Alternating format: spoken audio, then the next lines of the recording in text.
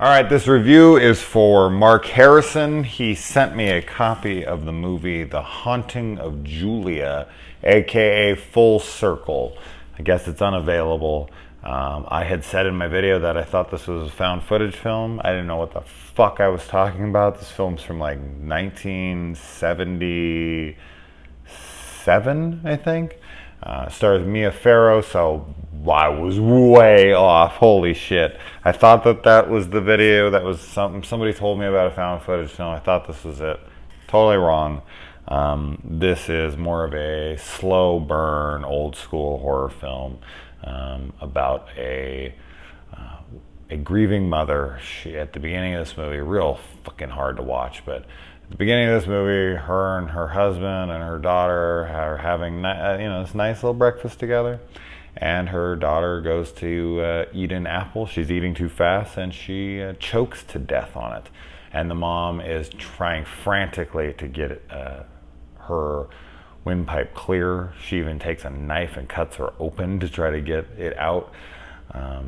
And so she kind of goes into a doctor, goes into the hospital. She's trying to recoup, and she gets out, and she doesn't want to be anywhere near her husband. She doesn't want to do anything, so she goes and she moves into this other house by herself, and she starts to think that she's seeing the ghost of her daughter. So that's the premise of the film. Overall, I enjoyed it. This is not usually my type of film, but one thing, I really like Mia Farrow. I hate Rosemary's Baby. Okay? Like, I know. I'm one of the only fucking horror fans who loves majority of horror. I can't stand that movie. I've tried it 3 different times at 3 different time periods in my life. It bores the shit out of me. Nothing ever happens. I think Mia Farrow is really good in it. I think she's a very beautiful woman. I think that she's gives a good performance in it. Whatnot. And you get a pretty similar performance from her here. I don't know if she's a one-trick pony. I don't know her work well enough to claim that. But the few things I've seen her in, she seems to kind of give a very standard Mia Farrow performance, which isn't a bad thing. It's fine. The film has a lot of establishing shots. They just kind of drag for a while, and there's music playing. And the music in this is really cool. It just kind of has a theme song that is repetitive. But I actually really, really like the theme song a lot, even if it's played a little much, because as I said, there's just kind of these long takes, and these scenes that go on for a while where nothing is happening. She's just kind of walking around. And artistically and mood setting and all that, it's fine, it works and all. Just a much different style than you're used to seeing these days. Nowadays, it's all about like moving on. Let's get to the next thing. Every second is precious. Let's not waste it on pretty imagery or people taking a moment to walk around a park. So if you're into like 70s slow burn haunting movies, it's a little different though. It's not very heavy-handed on the haunting aspect. So it's more of like a character film, like just kind of following her and her struggles with things and her relationships with her ex-husband, who doesn't seem to give a shit about anything but wanting to get her back. He doesn't even seem to care that his daughter died, from what I can tell. And her relationship with her friend, who people are assuming they're having some kind of affair behind the husband's back. And this is in a time where people, we're starting to separate more and more. There's a comment in the movie where the woman's like, people are separating more and more often these days. Used to not be like that, which is true. I mean, it's kind of that progressive movement of when people decided they didn't want to be unhappy anymore, and they didn't want to stick to these traditional ideologies of marriage and whatnot. But anyway, so let's get into the movie. Now, as I already said, I love the music. I wrote it down 3 times here. Holy shit, 3 times I wrote down great music, love the music, whatever. So I was really enjoying that theme song. The choking scene was just horrible for me to watch. I mean, as having kids, it is a horrendous fear. And kids love to fake shit, especially when they know it scares you, because they love attention, right? So if they ever choke, you freak out, you jump up, and you give them your full undivided attention. And when they realize they can get that by just going they do it. And then you have to, in a way, like, you don't want them to cry wolf, especially with something as severe as that. I mean, we're talking about death here. We're not talking about, some kind of joke or something that could, no, this is something that could kill them. And fake coughing could lead to real choking. If you're pretending that you're choking when you have food in your mouth, you could actually choke. So it's a scary thing, and kids, you got to kind of like get a little firm with them. I've had to raise my voice when they do it because I want them to understand the severity of what I am trying to, articulate to them. Like, guys, you could fucking die. This isn't funny. And that's just scary. I mean, when your kids die, it's just it. And that's where I would end in this movie. I'd just be like, nope, I'm not coming out. And everyone's trying to reason with her. I don't know if this is maybe just the times or this is just the writing or whatever. It's just, I don't think it's the times. People like their, people have always loved their kids, I would think.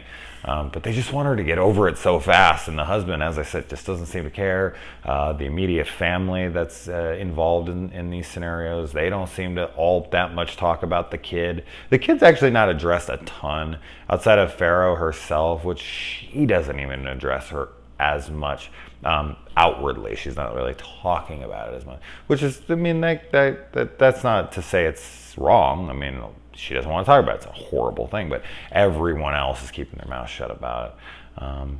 And yet again, you don't want to bring it up, but I got the feeling that she seems to be the only one who gives a shit that her daughter died, from what I could take from it. Anyway. And when she cut her up, I'm guessing she tried to give her a tracheotomy, like go in here and open that up and stick something in there. She doesn't know how to do the Heimlich maneuver, but she knows how to do a tracheotomy? Like, really? Okay. And maybe that wasn't a thing back then. I don't know. Or maybe she tried to like get down there with a knife and cut it through her, like into her mouth. And we don't know. We don't get to see it. But she did. And as I said, the husband just doesn't seem to give a shit. He just seems to want her back. That's all he cares about. He just needs his wife back. He needs her. And it's like, dude, I got things going on in my head, all right? And, oh, God, another thing that is just horrible to watch is, like, she sees kids running out of school, and she sees kids on a playground. She sees children. Every time you see children from that point on, you have to be reminded, my kid's dead. Like, just like something as sweet and innocent as seeing children playing, which is always a nice thing. You can't look for too long or people start to think you're a pervert nowadays. But if you see kids playing and having a good time, it's just like a nice moment. It's like, oh, that's cute. And now, once your kid's dead, it's just like, thanks for reminding me of my kid's death, you little fucking cretins. You little one-eyed cretin. If you're gonna insult me, say it properly. What movie? I'm going to be talking about Pixar movies in this, really. Wow, I go really off track sometimes. Anyways. So she starts to think that she's seeing her daughter, and she goes over and she finds this like little knife. It looks like a scalpel and like a dead possum, maybe. The quality of this film is not great. The copy that I got, which I'm not complaining, it's probably the best copy you could get, and it was clearly recorded off of television. It has like little things in the bottom. You couldn't see them; they were just off screen, but you could see like the light illuminating from like some advertisement for whatever television show or television channel that this was airing on when it was recorded. But shit, man, sometimes it's the only way you can get these damn movies. If they happen to play on like Turner Classic Movies or something.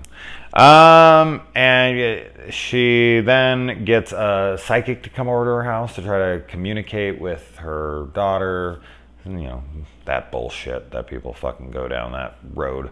And then the psychic falls down the stairs in her house and says, oh my God, there's this kid, whatever. And then later revealed that it is a boy that she's seeing that's doing the haunting. Honestly, I don't really know what was happening in this movie sometimes. I only have my guesses.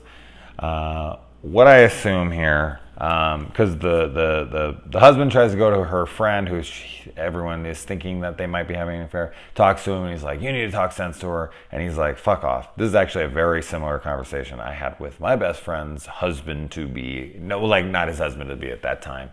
But he came to me, he treated her like shit their whole relationship. And then he came to me, he's like, you're the only one that'll listen to her. And I'm like, oh, this is the perfect moment. Like, I am the only person. And the only thing I'll be telling her is to never speak to you again, you piece of shit. All I did was listen to this girl cry, fuck you. How could you be saying this to me, man? I thought we were friends. Fuck. And then she ended up marrying him, so a lot of fucking good that did. But they seem to be happy, so what the fuck do I know? Anyway, so the husband goes and breaks into her house and gets killed. His body's never recovered or discovered in the entire film. Nor is the friend who dies, nor is the, people die in this movie and no one ever seems to find their bodies.